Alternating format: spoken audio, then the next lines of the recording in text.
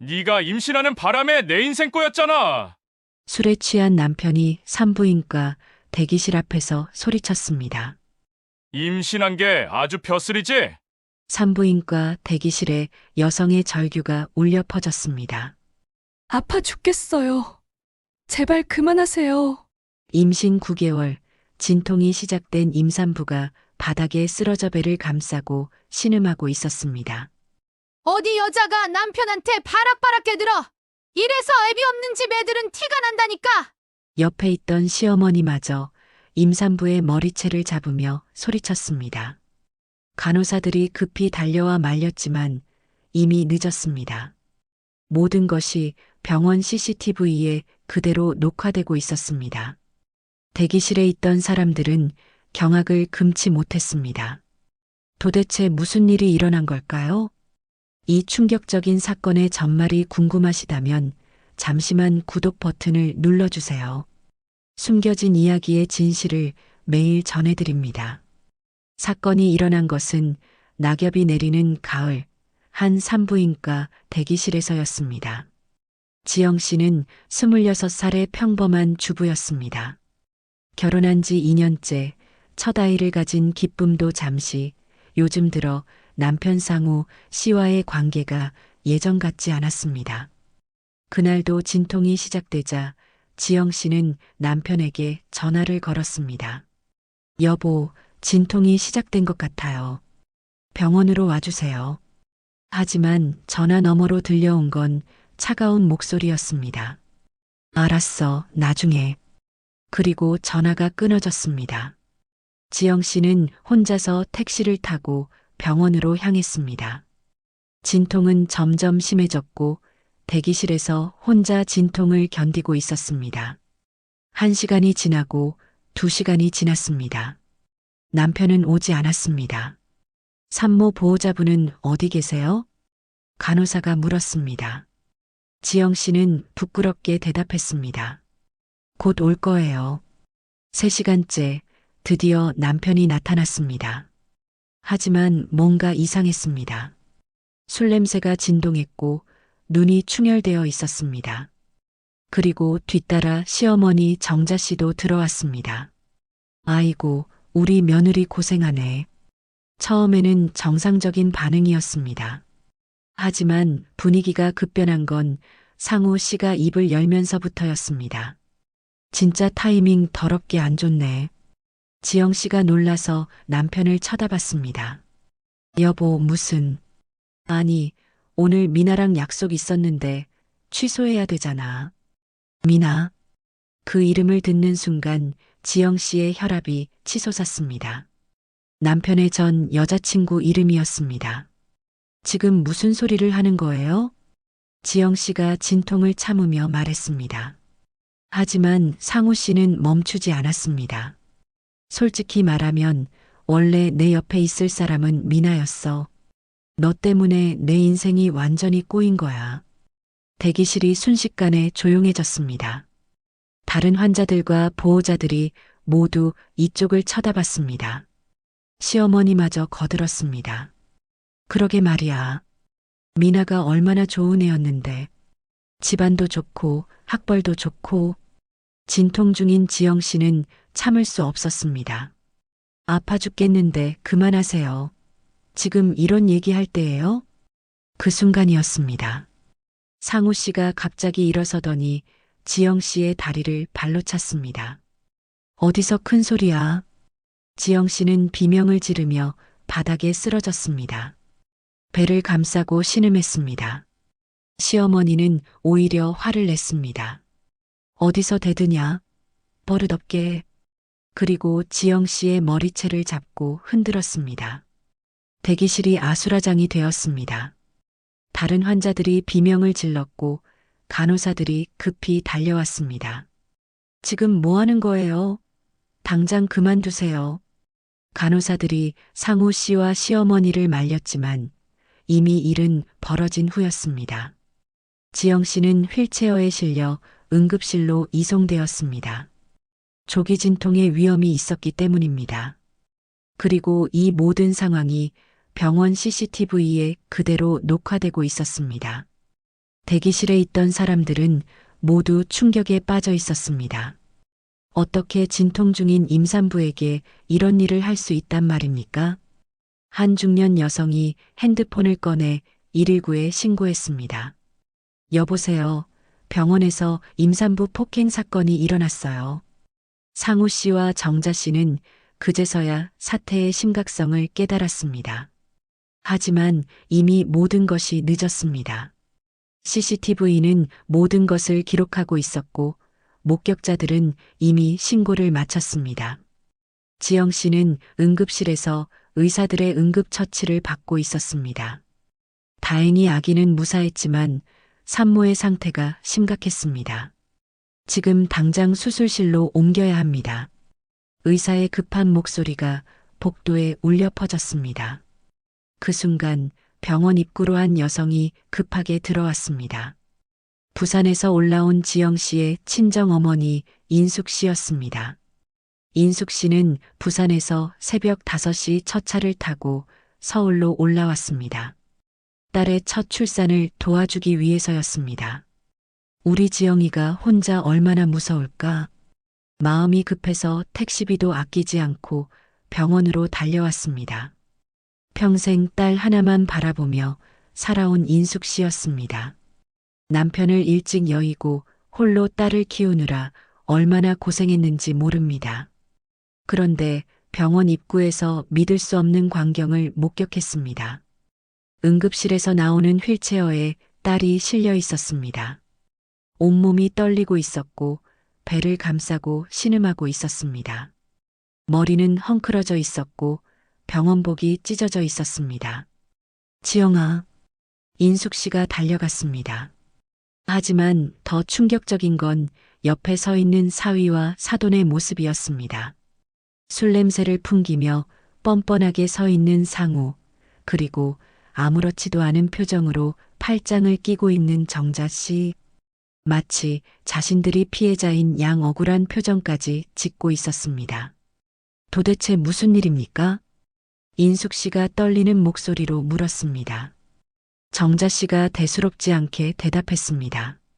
아, 어머님 오셨네요. 별일 아니에요. 지영이가 좀 예민해져서 소동이 났어요. 예민하다고? 인숙 씨는 딸의 상태를 자세히 살펴봤습니다.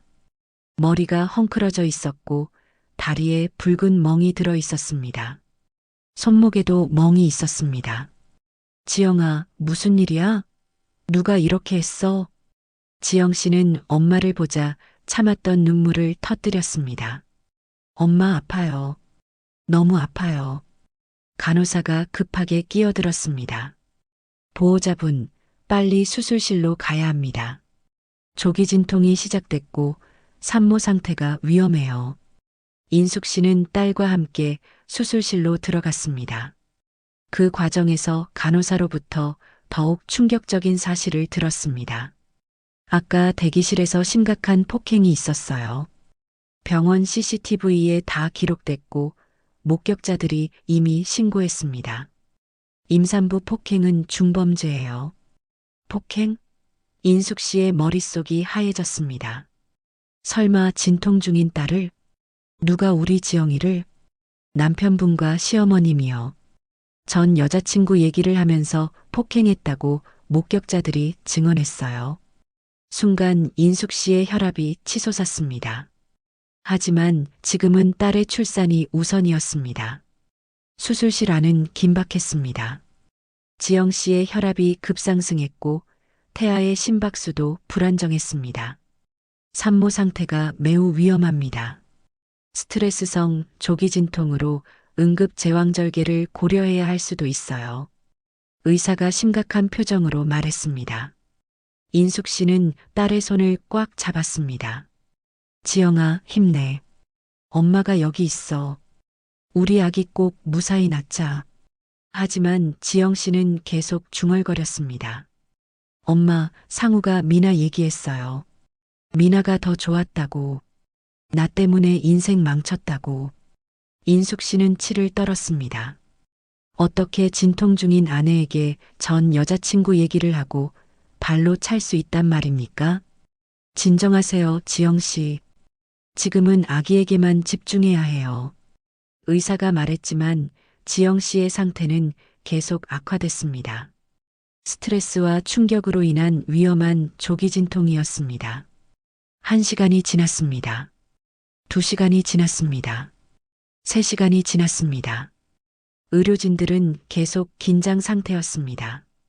산모의 혈압이 위험 수치까지 올라갔고 태아도 스트레스 반응을 보이고 있었습니다. 조금만 더 힘내세요. 의사가 격려했습니다. 드디어 아기의 울음소리가 들렸습니다. 축하합니다. 건강한 아들입니다. 다행히 아기는 무사했습니다. 하지만 출산 과정에서 지영 씨와 아기 모두 정말 큰 위험에 처할 뻔했습니다. 폭행으로 인한 극심한 스트레스가 조기 진통을 유발했고 자칫하면 산모와 태아 모두 생명이 위험했을 수 있는 아찔한 상황이었습니다. 의사가 인숙 씨에게 조용히 말했습니다.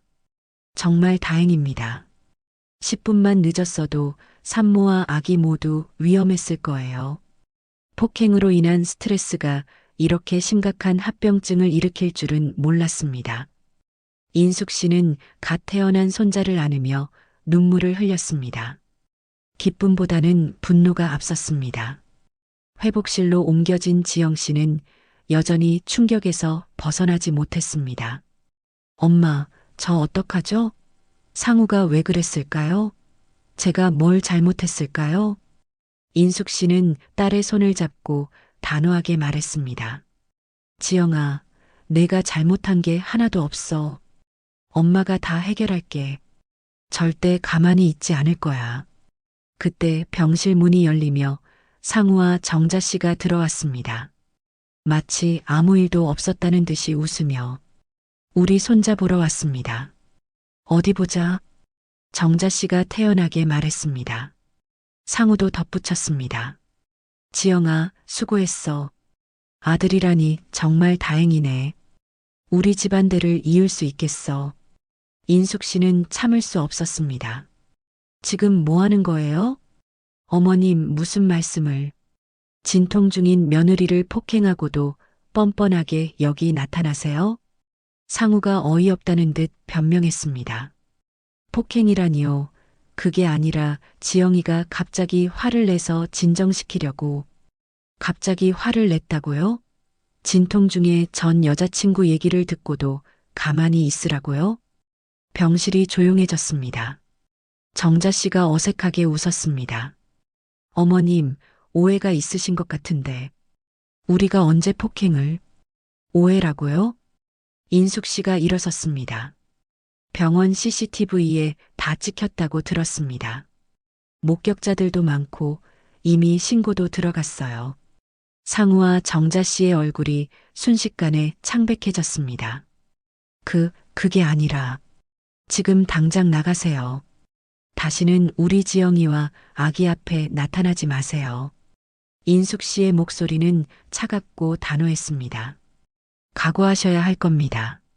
절대 그냥 넘어가지 않을 테니까요. 상우와 정자 씨는 결국 병실을 나갔습니다. 과민 반응 아니야? 좀 건드렸다고 저렇게까지 해? 요즘 여자들이 너무 예민해. 애 낳느라 예민한 거겠지. 인숙 씨는 그 말을 다 들었습니다. 더욱 분노가 치밀었습니다. 지영 씨가 걱정스럽게 말했습니다. 엄마, 괜찮을까요? 시아버지가 지역에서 영향력이 많은 분이라서 건설업도 하시고 시장하고도 친하시고. 인숙 씨는 딸의 머리를 쓰다듬으며 말했습니다. 지영아, 걱정하지 마. 엄마가 다 알아서 할게. 절대 그냥 있지 않을 거야. 그리고 마음속으로 다짐했습니다. 반드시 대가를 치르게 하겠다. 우리 지영이와 손자에게 한 일을 후회하게 만들어주겠다. 인숙 씨는 이미 계획을 세우고 있었습니다. 먼저 변호사를 찾아가고 CCTV 영상을 확보하고 목격자들의 증언을 모을 것이었습니다. 아무도 모르고 있었습니다. 인숙 씨가 단순한 시골 어머니가 아니라는 것을. 사건이 일어난 지 이틀 후 예상치 못한 일이 벌어졌습니다. 한 지역 언론사 기자가 병원 관계자로부터 제보를 받았습니다. 임산부 폭행 사건에 CCTV 영상이 있다는 것이었습니다. 이건 정말 심각한 사건입니다. 반드시 보도해야 해요. 기자는 영상을 확인한 후 즉시 보도를 결정했습니다. 하지만 그것은 시작에 불과했습니다. 첫 번째 뉴스가 나간 지 1시간 만에 전국 언론이 들끓기 시작했습니다. 긴급 뉴스입니다. 서울의 한 산부인과에서 진통 중인 임산부가 남편과 시어머니로부터 폭행을 당하는 충격적인 사건이 발생했습니다. 앵커의 목소리가 무겁게 울려 퍼졌습니다. 병원 CCTV에 포착된 영상을 보시면 남편이 임신 9개월의 부인을 발로 차고 시어머니가 머리채를 잡는 모습이 그대로 담겨 있습니다. 영상이 공개되자 전국이 경악했습니다. 모자이크 처리되었지만 상황의 심각성은 충분히 전달되었습니다. 인터넷 댓글창이 폭발했습니다. 이게 사람이 할 짓인가요? 진통 중인데 전 여친 얘기를 하다니. 저런 인간들이 부모가 될 자격이 있나요? 법정 최고형으로 처벌해 주세요. 댓글은 순식간에 수만 개를 넘어섰습니다. 소셜미디어에서도 해시태그가 실시간 검색어 1위에 올랐습니다. 임산부 폭행, 병원 폭력, 가정 폭력 등의 키워드가 끝없이 확산되었습니다. 하지만 진짜 파장은 이제부터였습니다. 상우의 아버지 종수 씨는 지역에서 손꼽히는 건설업체 사장이었습니다. 시공회의소 부회장이었고 지역 상공인연합회 이사였습니다. 또한 여러 사회단체의 임원직을 맡고 있었습니다. 뉴스가 나간 다음 날 아침 종수 씨의 휴대폰이 끊임없이 울렸습니다. 종수 형, 이게 무슨 일이야? 뉴스에 나온 그 사람이 형 아들이야? 우리 회사 이미지에 타격이 올 것 같은데. 협력업체 사장들의 전화였습니다. 하나같이 걱정스러운 목소리였습니다. 오후에는 더 충격적인 소식이 들려왔습니다. 종수 씨, 죄송하지만 현재 진행 중인 아파트 건설 프로젝트를 재검토해야 할 것 같습니다. 발주처 담당자의 전화였습니다. 무슨 말씀이십니까? 여론이 너무 나빠졌어요. 우리도 이미지를 생각해야 하지 않겠습니까? 500억 원 규모의 대형 프로젝트였습니다. 그것이 순식간에 무산될 위기에 처했습니다. 이어서 연쇄적인 타격이 시작되었습니다. 시공회의소에서 연락이 왔습니다. 종수 부회장님, 긴급 이사회를 소집했습니다. 부회장직 사퇴권을 논의해야 할 것 같습니다. 사퇴라니요? 지금 여론이 어떤지 아시잖아요. 우리 단체 이미지까지 타격을 받고 있어요. 상공인연합회에서도 같은 연락이 왔습니다. 이어서 사회봉사단체, 로터리클럽, 심지어 골프회까지 모든 곳에서 연락이 왔습니다. 죄송하지만 당분간 모임 참석을 자제해 주시기 바랍니다. 하루 만에 종수 씨가 평생 쌓아온 사회적 지위가 무너져 내렸습니다. 더 심각한 문제는 사업상의 타격이었습니다. 하청업체들이 하나둘씩 연락을 끊기 시작했습니다. 사장님, 죄송하지만 다음 프로젝트는 좀 어려울 것 같습니다. 무슨 말이야? 우리가 얼마나 오래 거래했는데? 그게 저희도 다른 업체들과 일해야 하는데 여론이 철근업체, 레미콘업체, 전기업체까지 줄줄이 계약을 해지했습니다. 30년간 쌓아온 신뢰관계가 하루아침에 무너졌습니다. 은행에서도 연락이 왔습니다. 종수 사장님, 현재 대출 상환 계획을 재검토해야 할 것 같습니다. 갑자기 무슨 소리입니까? 이미지 리스크가 너무 커졌어요. 본사에서 지시가 내려왔습니다. 담보로 잡혀있던 부동산들이 위험해졌습니다. 건설업은 자금 회전이 중요한 업종인데 대출이 막히면 모든 것이 정지됩니다. 종수 씨는 급히 상우를 불렀습니다. 야, 이놈아. 내가 무슨 짓을 한 거야?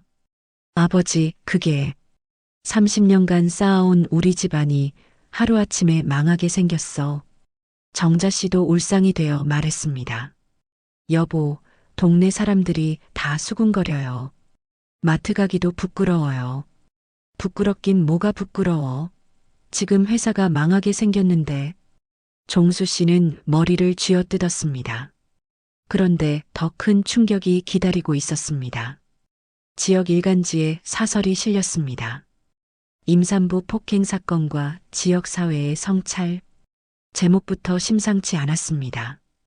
이번 사건은 단순한 개인의 일탈이 아니다. 우리 지역 사회가 과연 이런 사람들에게 영향력을 맡겨도 되는가 하는 근본적인 질문을 던진다. 기사는 종수 씨의 사회적 지위를 구체적으로 언급하며 비판했습니다. 건설업계의 리더, 시공회의소 부회장이라는 직책을 가진 사람의 가정에서 이런 일이 벌어졌다는 것은 우리 사회의 도덕적 해이를 보여주는 단적인 예다. 온라인에서는 더욱 거센 비판이 쏟아졌습니다. 저런 집안이 건물을 지어도 될까요? 부도덕한 사람들이 만든 건물에 살고 싶지 않아요. 시공회의소에서 당장 제명해야 합니다. 여론의 압박은 계속 거세졌습니다. 시청사에서도 연락이 왔습니다. 종수 씨, 내년 재개발 사업 입찰에서 제외될 수도 있어요. 시장과 오랜 친분이 있던 종수 씨였지만 여론 앞에서는 무력했습니다. 시장님, 우리가 얼마나 오래 알고 지낸 사이입니까? 그렇지만 지금 여론이 어떤지 알잖아요. 나도 선거를 생각해야 하고 정치적 이해관계마저 끊어지기 시작했습니다. 상우는 회사에도 나갈 수 없었습니다. 직장 동료들의 시선이 따가웠고 온라인에서는 그의 신상이 퍼지고 있었습니다. 임산부 폭행범의 직장을 알아냈습니다. 이런 사람과 같은 회사에서 일하고 싶지 않아요. 회사에서도 압박이 들어왔습니다. 상우 씨, 당분간 휴직하는 게 어떨까요? 휴직이라니요? 회사 이미지를 생각해야 하잖아요. 다른 직원들도 불편해하고. 일주일 만에 상우 가문의 모든 것이 흔들리기 시작했습니다. 사회적 지위, 사업관계, 정치적 인맥, 심지어 일상생활까지 모든 것이 위기에 처했습니다. 하지만 이것은 시작에 불과했습니다. 진짜 폭풍은 아직 오지 않았습니다. 인숙 씨가 움직이기 시작했기 때문입니다. 사건이 터진 지 일주일 후 종수 씨와 정자 씨는 더 이상 버틸 수 없었습니다. 회사는 하루하루 기울어가고 있었고 사회적 지위는 완전히 바닥에 떨어졌습니다. 무엇보다 은행에서 대출 회수를 압박하고 있었습니다. 여보, 이대로 가면 우리 정말 망해요. 정자 씨가 울먹이며 말했습니다. 지영이 엄마한테 사과하러 가야 할 것 같아요. 무릎 꿇고라도.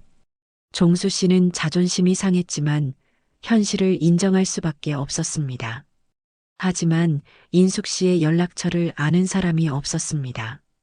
지영 씨와도 연락이 닿지 않았습니다. 그들은 사람을 써서 겨우 인숙 씨의 부산 주소를 알아냈습니다. 다음 날 새벽 두 사람은 부산으로 내려갔습니다.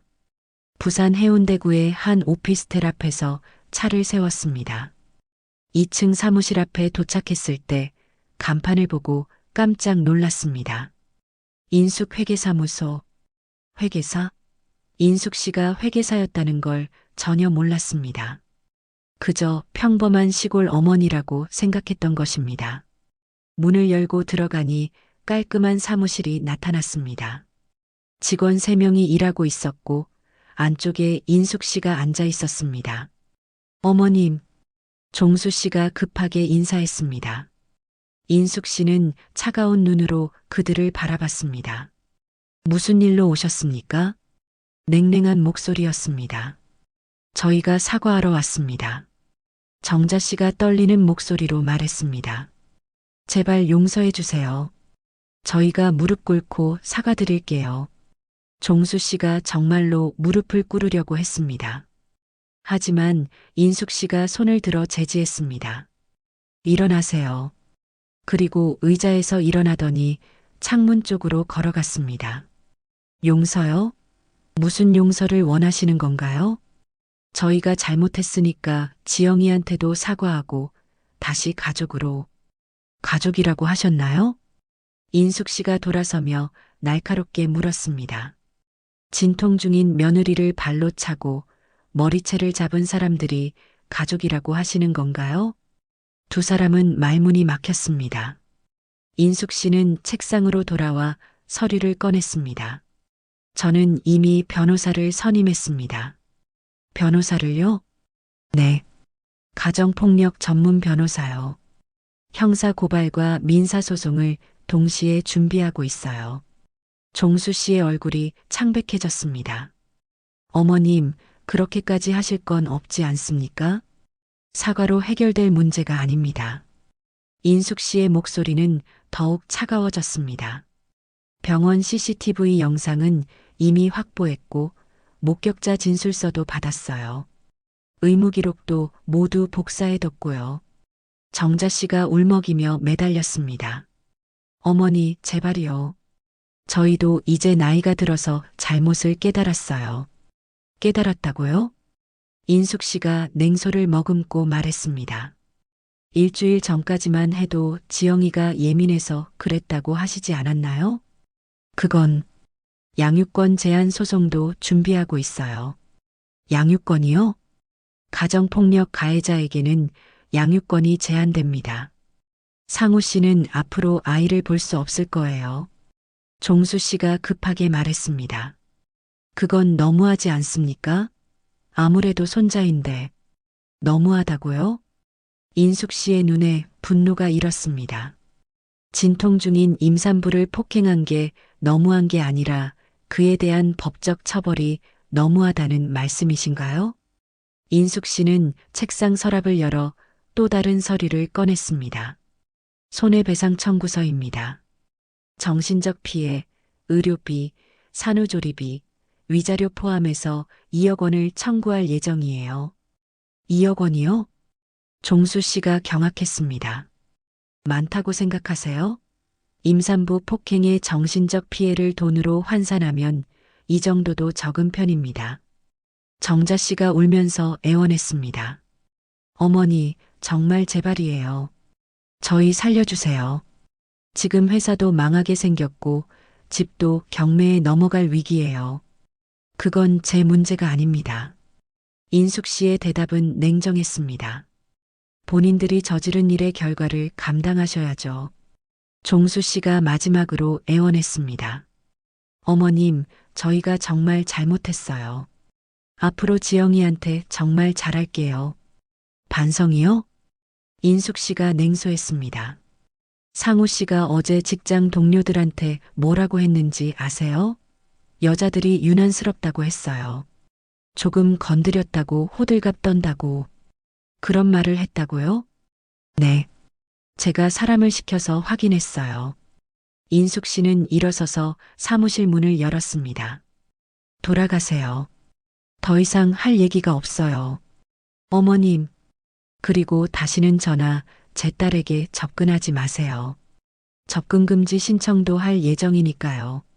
종수 씨와 정자 씨는 결국 빈손으로 돌아갈 수밖에 없었습니다. 엘리베이터 안에서 정자 씨가 울먹였습니다. 여보, 어떡해요? 저 사람 진짜 무서워요. 회계사라니. 우리가 완전히 잘못 봤어. 종수 씨도 절망감에 빠졌습니다. 그들이 모르는 사실이 있었습니다. 인숙 씨는 단순한 회계사가 아니었습니다. 부산 지역에서 손꼽히는 세무 전문가였고 여러 기업의 고문을 맡고 있었습니다.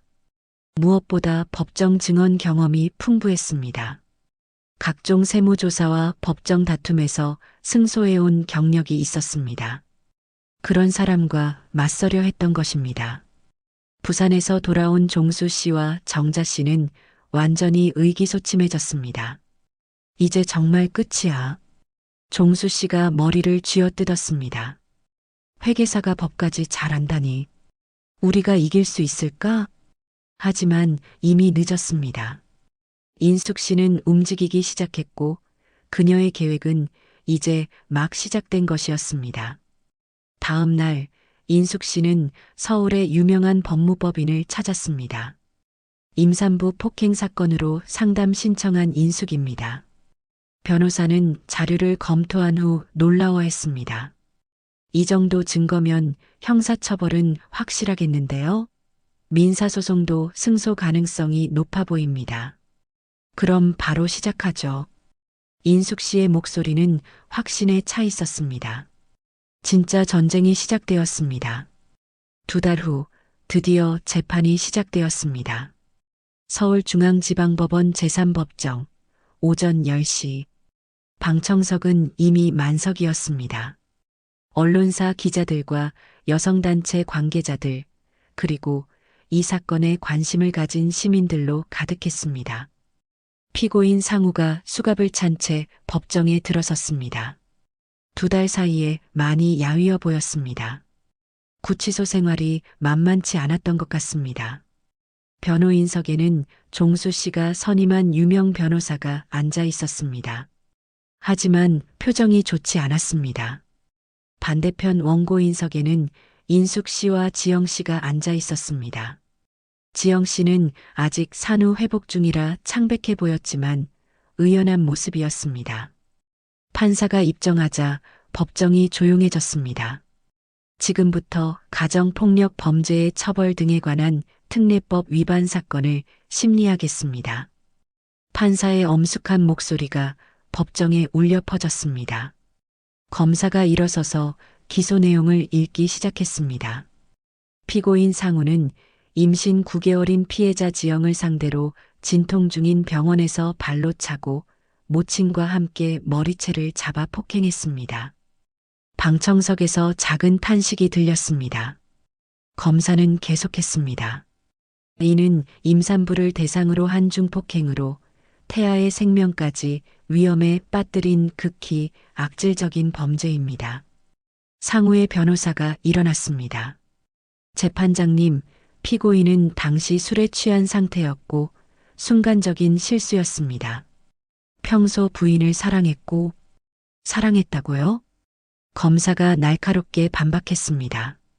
진통 중인 부인에게 전 여자친구 얘기를 하는 게 사랑입니까? 방청석에서 웅성거림이 일었습니다.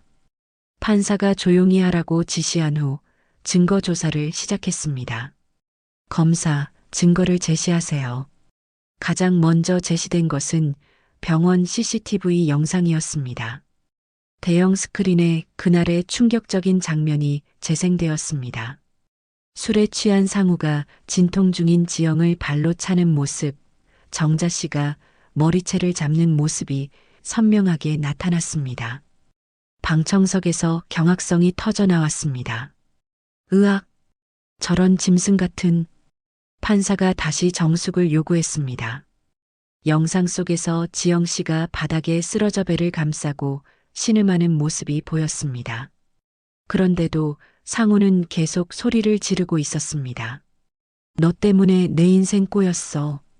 영상 속 목소리가 법정에 울려 퍼졌습니다. 상우는 고개를 숙이고 있었습니다. 자신의 과거 모습을 직시할 수 없는 듯 했습니다. 이어서 의무 기록이 제시되었습니다. 피해자는 폭행으로 인한 극심한 스트레스로 조기 진통이 시작되었습니다. 산모와 태아 모두 생명이 위험한 상황이었습니다. 의사의 진단서가 낭독되었습니다. 혈압 급상승, 태아 심박수 불안정, 응급 제왕절개 고려 상황까지 갔습니다. 목격자 진술도 이어졌습니다. 저는 그때 대기실에 있었는데 정말 충격적이었어요. 어떻게 진통 중인 부인한테 그럴 수 있는지. 중년 여성 목격자가 증언대에 서서 떨리는 목소리로 말했습니다. 미나라는 전 여자친구 얘기를 계속 하더라고요. 그러면서 발로 차고. 또 다른 목격자가 증언했습니다. 시어머니도 같이 했어요. 머리채를 잡고 흔들면서 버릇없다고 소리치고. 증언이 계속될수록 상우의 변호사는 점점 곤란해했습니다. 마침내 지영 씨가 증인으로 나섰습니다.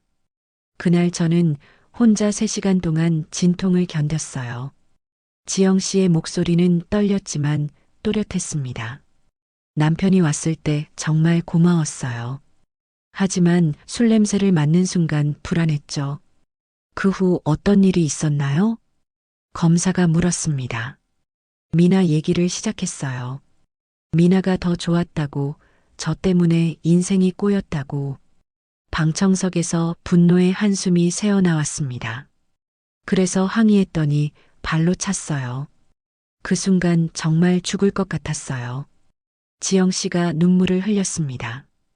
뱃속 아기가 죽을까봐 너무 무서웠어요. 상우의 변호사가 반대 신문을 시도했습니다. 피해자께서 먼저 화를 내지 않았나요? 화를 냈다고요?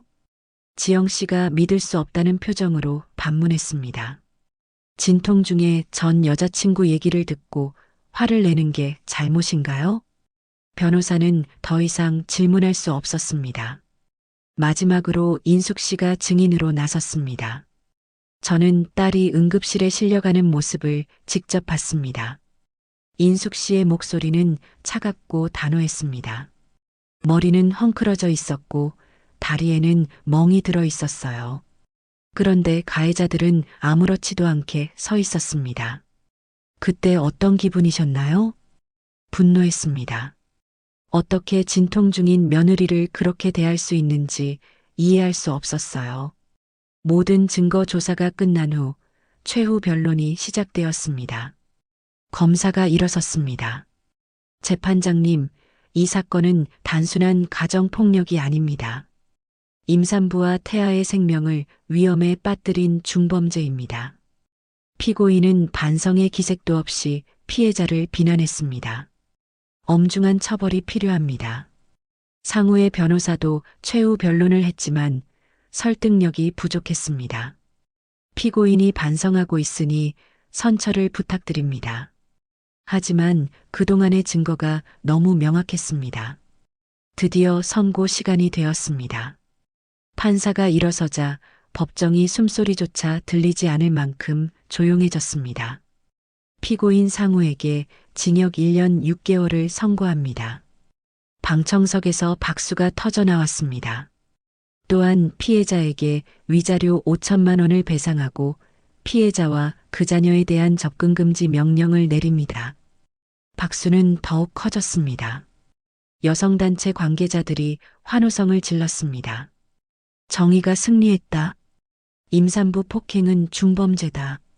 인숙 씨는 조용히 눈물을 흘렸습니다. 분노가 아닌 안도의 눈물이었습니다. 지영 씨도 울고 있었습니다. 마침내 끝났습니다. 상우는 고개를 떨구고 있었습니다. 수갑이 채워지자 그제서야 현실을 받아들이는 듯 했습니다. 방청석의 박수는 오랫동안 계속되었습니다. 많은 사람들이 이 판결을 기다리고 있었던 것입니다. 법정을 나서는 인숙 씨에게 기자들이 몰려들었습니다. 어떤 기분이세요? 정의가 살아있다는 것을 확인했습니다. 더 이상 임산부 폭행 같은 일이 일어나지 않기를 바랍니다. 인숙 씨의 차분하고 단호한 답변이었습니다. 그날 저녁 뉴스의 헤드라인이었습니다. 임산부 폭행범의 실형 선고, 법정에서 박수 터져 정의의 첫 번째 승리였습니다. 판결이 나온 지 일주일 후 예상치 못한 곳에서 여파가 일어났습니다. 방송국 회의실, 긴급 편성회의가 열렸습니다. 미나 아나운서 건 어떻게 할 거야? 프로듀서가 심각한 표정으로 물었습니다. 시청자 게시판이 난리예요. 미나를 계속 내보내면 안 된다는 항의가 쏟아지고 있어요. 미나는 지역 방송국의 간판 아나운서였습니다. 하지만 상우와의 과거 관계가 알려지면서 상황이 급변했습니다. 온라인에서는 이미 미나를 향한 비판이 거세게 일고 있었습니다. 임산부 폭행범의 전 여자친구가 방송에 나와도 되나요? 미나도 공범 아닌가요? 상우가 왜 그랬는지 생각해 보세요. 저런 사람이 뉴스를 읽다니 기가 막혀요. 댓글은 끝없이 이어졌습니다. 방송국 내부에서도 압박이 거세졌습니다. 국장님, 광고주들이 연락 오기 시작했어요. 뭐라고 하는데? 미나가 나오는 프로그램에는 광고 못 넣겠다고 해요. 결국 방송국은 결정을 내렸습니다. 그날 저녁 미나는 긴급 기자회견을 열었습니다. 평소 화려했던 모습과는 달리 수수한 검은색 정장을 입고 나타났습니다. 시청자 여러분께 죄송한 말씀 드리겠습니다. 미나의 목소리는 떨리고 있었습니다. 저와 관련된 일로 많은 분들께 실망을 끼쳐드린 점 진심으로 사과드립니다. 기자들의 질문이 쏟아졌습니다. 상우와의 관계가 이번 사건에 영향을 줬다고 생각하세요? 저는 이미 오래전에 끝난 관계라고 생각했습니다. 하지만 상우가 당신 얘기를 하면서 폭행했잖아요. 그건 제가 어떻게 할 수 없는 일이었어요. 기자들은 몰아붙였습니다. 책임감은 없나요? 당신도 간접적인 가해자 아닌가요? 미나는 결국 울음을 터뜨렸습니다. 죄송합니다. 정말 죄송합니다. 그날을 마지막으로 미나는 방송계에서 완전히 사라졌습니다. 10년간 쌓아온 경력이 하루아침에 무너진 것입니다. 한편 상우는 서울구치소에서 교도소로 이송되었습니다. 교도소 면회실 가지만 찾아오는 사람은 아무도 없었습니다. 수용자 7492, 면회객 없습니다. 매주 같은 대답이었습니다. 아버지 종수 씨는 회사 정리하느라 바빴고 어머니 정자 씨는 아예 연락을 끊었습니다. 친구들도 모두 등을 돌렸습니다. 감방에서 상우는 하루 종일 천장만 바라보고 있었습니다. 야, 너 그 임산부 때린 놈이지? 같은 감방 수용자가 물었습니다. 아니야, 그게 아니라. 뉴스에서 봤어. 진짜 개짐승이네. 교도소 안에서도 상우는 손가락질 받는 존재가 되었습니다. 임산부 폭행범이라는 낙인은 어디서든 따라다녔습니다. 식사 시간에도 혼자 앉아야 했습니다. 아무도 함께 앉으려 하지 않았습니다. 저런 놈과 같이 있기 싫어. 임신한 마누라 때리는 놈이 어떻게 사람이야. 상우는 점점 말이 없어졌습니다. 하루 종일 아무 말도 하지 않는 날이 많아졌습니다. 정자 씨의 상황도 마찬가지였습니다. 동네 마트에 장을 보러 갔을 때였습니다. 저 사람 아냐? 뉴스에 나온. 맞아. 임산부 머리채 잡은 시어머니. 주변 사람들이 수군거렸습니다. 정자 씨는 급하게 마트를 나왔습니다. 동네 카페에서도 마찬가지였습니다. 저기 앉은 사람 말이야. 어머, 정말이네. 어떻게 저런 일을 할 수 있지? 정자 씨는 커피도 다 마시지 못하고 나와야 했습니다. 결국 정자 씨는 집 밖으로 나가는 것을 꺼리게 되었습니다. 생필품은 온라인으로 주문하고 사람 만나는 것을 모두 피했습니다. 예전에 함께 등산하던 모임에서도 연락이 끊어졌습니다. 정자야, 미안한데 당분간 모임 나오지 마. 단골 미용실에서도 예약을 거절당했습니다. 죄송한데 다른 손님들이 불편해하실 것 같아서. 교회에서도 눈치를 줬습니다. 권사님, 당분간 봉사활동은 쉬시는 게 어떨까요? 정자 씨는 30년간 다니던 교회마저 떠나야 했습니다. 집에 혼자 있는 시간이 많아지면서 정자 씨는 우울해졌습니다. 텔레비전을 켜도 뉴스만 나오면 채널을 돌렸습니다. 혹시 자신과 관련된 이야기가 나올까봐 두려웠습니다. 가끔 지영이와 손자 생각이 났습니다. 하지만 접근금지 명령 때문에 만날 수도 없었습니다. 내가 정말 그렇게 잘못했나? 혼자 중얼거리며 하루를 보냈습니다. 반면 종수 씨는 다른 종류의 고통을 겪고 있었습니다. 회사 정리는 생각보다 복잡했습니다. 진행 중이던 프로젝트들이 모두 중단되면서 하청업체들로부터 소송을 당했습니다. 사장님, 우리 공사비는 어떻게 해주실 건가요?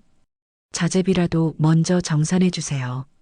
채권자들이 매일 찾아왔습니다. 종수 씨는 숨어 다녀야 했습니다. 은행에서는 담보로 잡힌 부동산들을 경매에 넘겼습니다.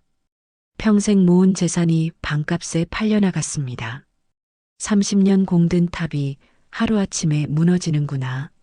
종수 씨는 한숨만 내쉬었습니다. 예전 동료들도 모두 등을 돌렸습니다. 시공회의소나 상공인연합회 모임에는 아예 참석할 수 없었습니다. 종수 형만 없으면 모임이 편할 텐데. 뒤에서 들리는 소리였습니다. 정치인들과의 관계도 완전히 끊어졌습니다. 선거철만 되면 찾아오던 사람들이 이제는 전화도 받지 않았습니다. 골프 모임에서도 제명당했습니다. 회원들이 불편해한다는 이유였습니다. 세 사람 모두 각자의 방식으로 몰락을 경험하고 있었습니다. 미나는 방송계를 떠나 작은 학원에서 강사로 일하게 되었습니다.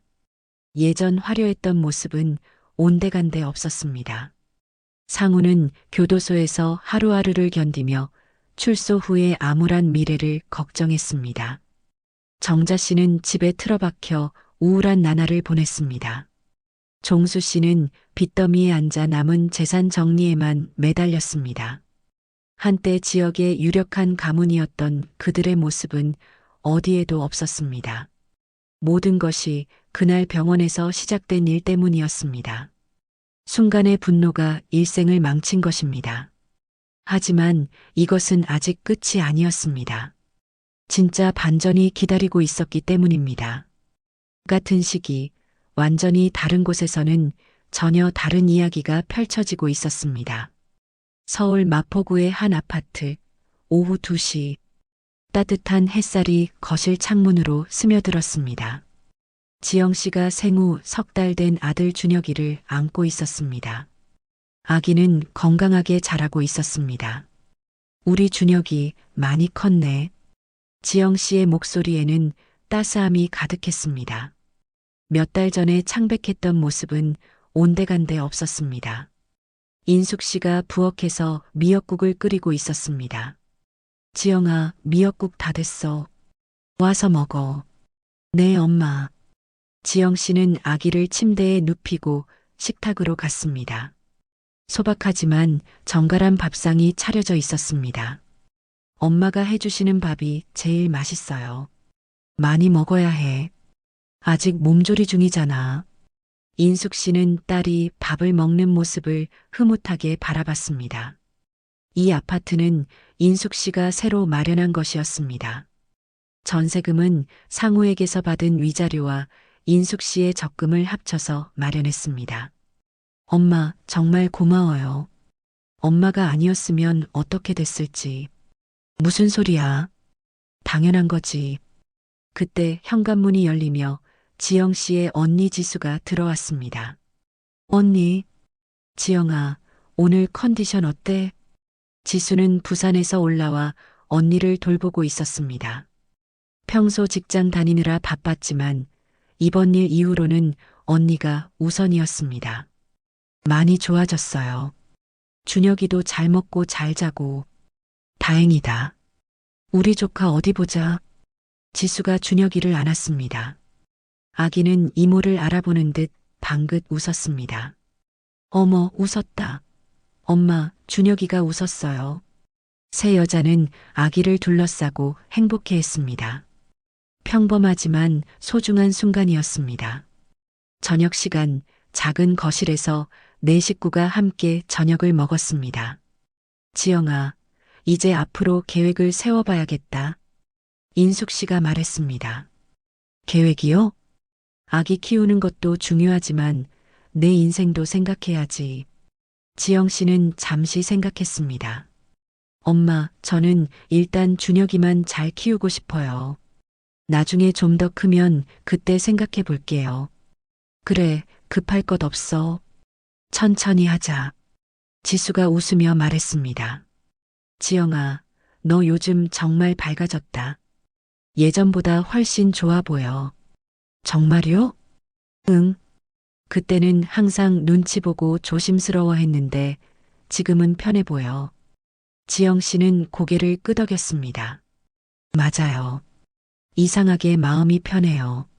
무서운 일이 없을 것 같아서. 인숙 씨가 미소 지었습니다.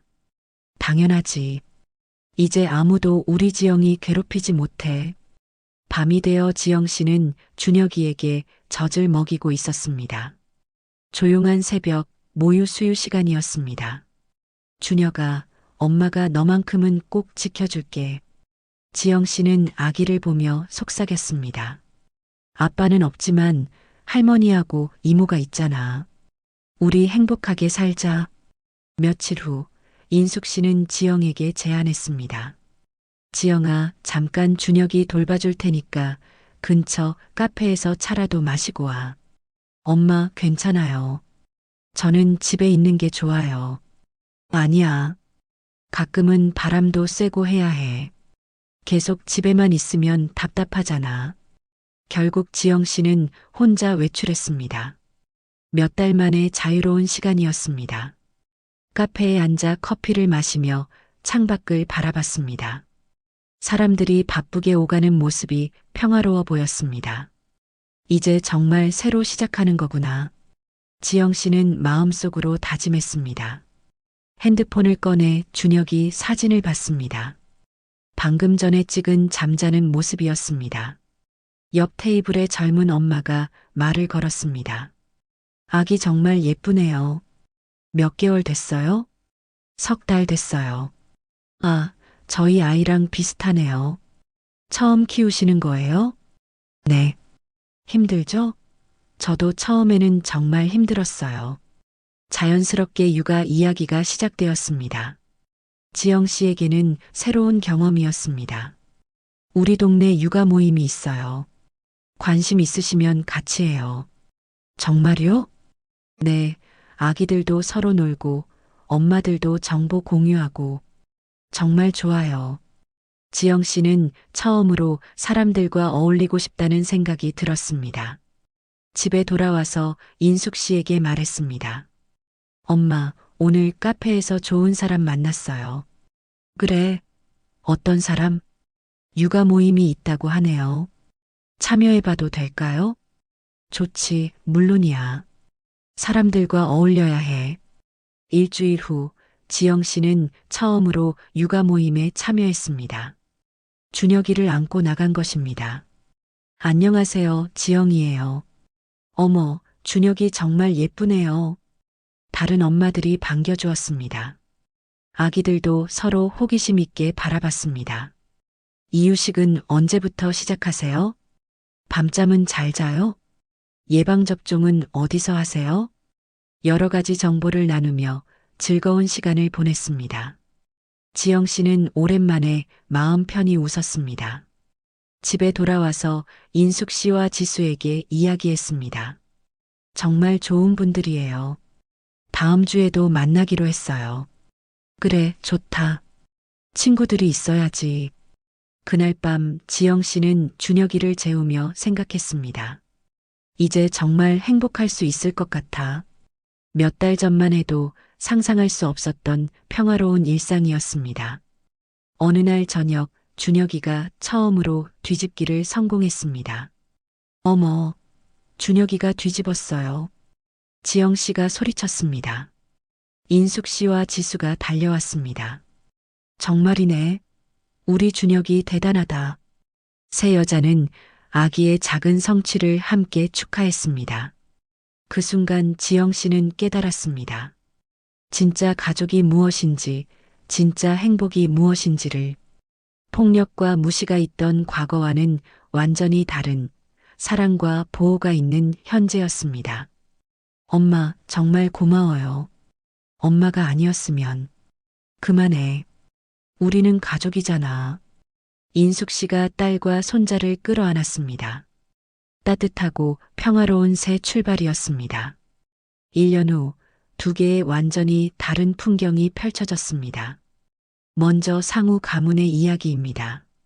교도소에서 출소한 상우는 갈 곳이 없었습니다.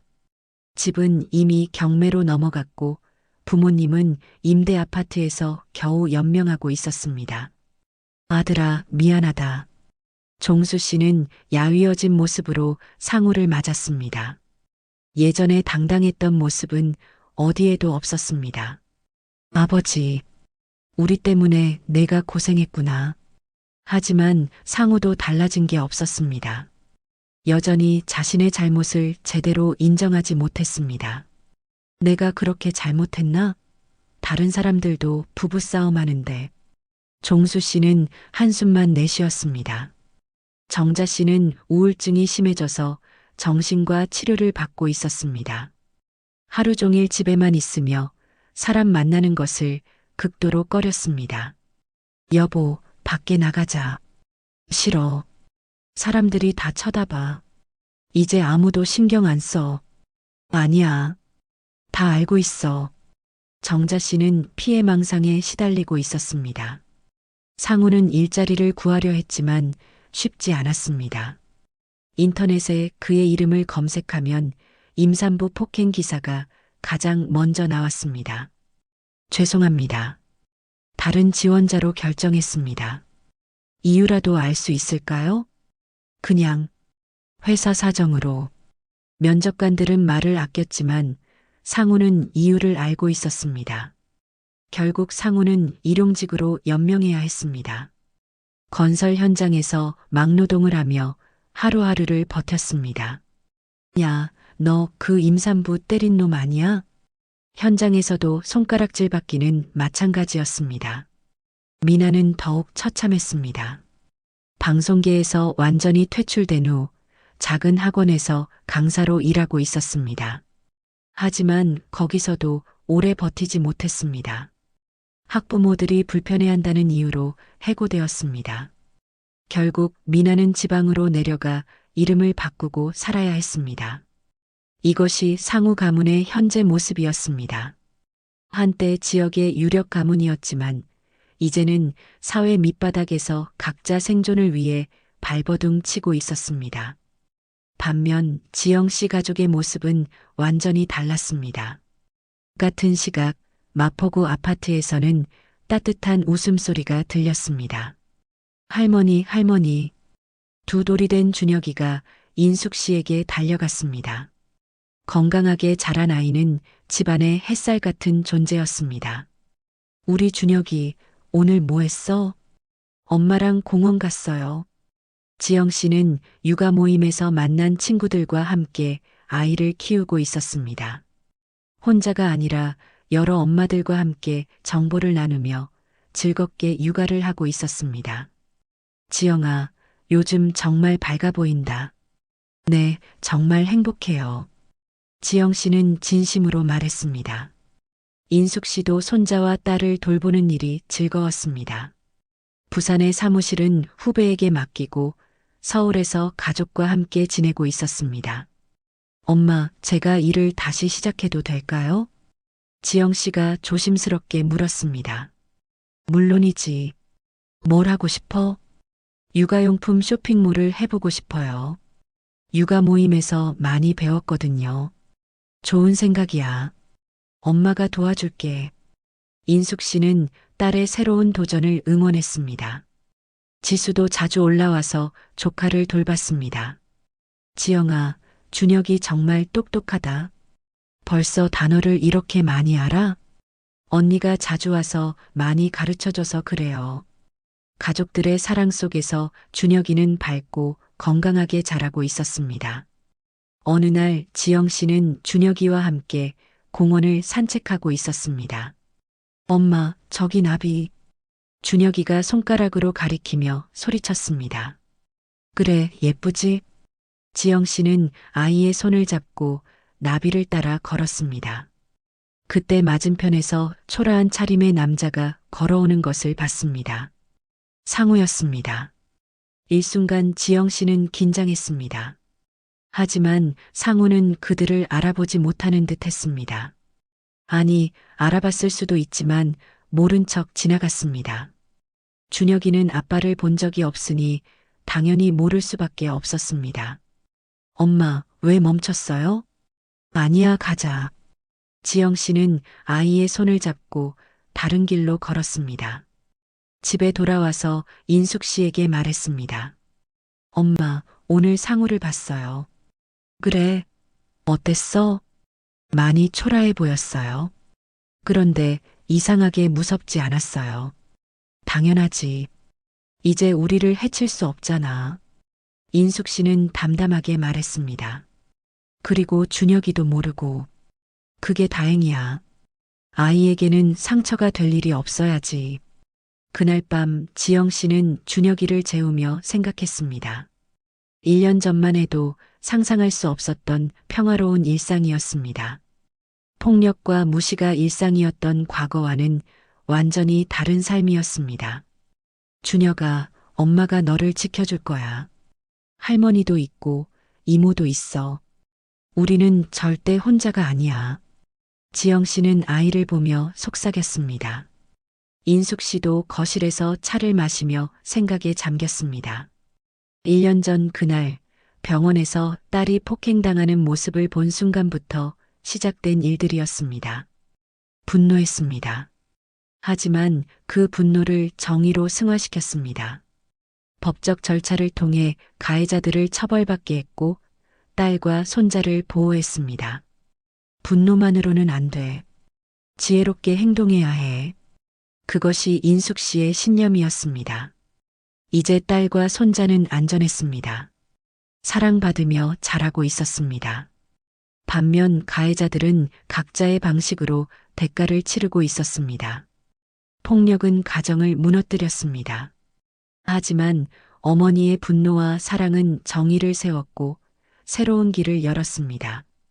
이것이 진짜 승리였습니다. 복수가 아닌 정의, 증오가 아닌 사랑, 파괴가 아닌 보호. 지영 씨와 준혁이의 웃음소리가 집안을 가득 채웠습니다. 그 웃음소리가 말해주고 있었습니다.